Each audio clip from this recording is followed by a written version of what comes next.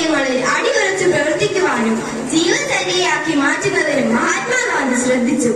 ഗാന്ധിജിയുടെ ദർശനങ്ങൾ ആഗോളതലത്തിൽ ഒട്ടേറെ പൗരാവകാശ പ്രവർത്തകരെ സ്വാധീനിച്ചു. ആ മഹാത്മാവിനെ ഓർമ്മിച്ചുകൊണ്ട് ഇന്നത്തെ സ്കൂൾ അസംബ്ലി ആരംഭിക്കാം. ആദ്യമായി ഈശ്വര പ്രാർത്ഥന. सुबह सवेरे लेकर तेरा नाम प्रभु, करते हैं हम शुरू आज का काम प्रभु। विद्या का वरदान तुम्हीं से पाए हम, सुबह सवेरे लेकर तेरा नाम प्रभु, करते आज का काम प्रभु।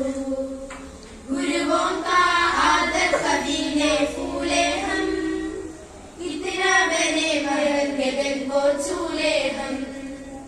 ഞാൻ എന്റെ രാജ്യത്തെ സ്നേഹിക്കുന്നു.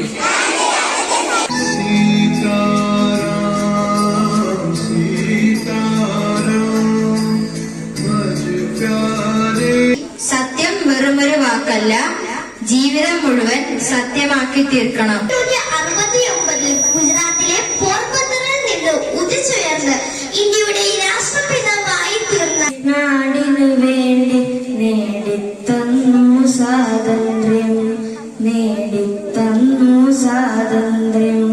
നമസ്കാരം. നമ്മുടെ രാഷ്ട്രപിതാവായ ഗാന്ധിജി ഇന്ത്യൻ സ്വാതന്ത്ര്യ സമര പ്രസ്ഥാനത്തിന്റെ നേതാവും വഴികാട്ടിയുമായിരുന്നു. ാകാനാണ് പഠിച്ചത് അല്ലെ? വക്കീൽ കുപ്പായം അദ്ദേഹം ഒരിക്കൽ മാത്രമേ അണിഞ്ഞിട്ടുള്ളൂ.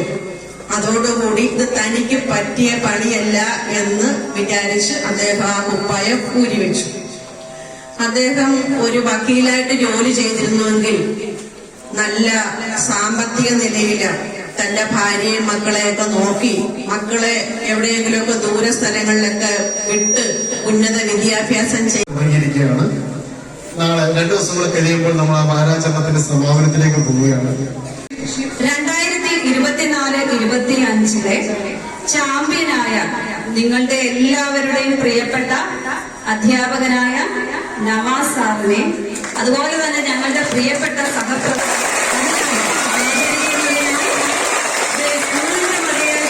ആദരവ് ഏറ്റുവാങ്ങുന്നതിനായി നവാസ് സാറിനെ ക്ഷണിച്ചുകൊള്ളുന്നു. ആദരിക്കുന്നതിനായി നമ്മുടെ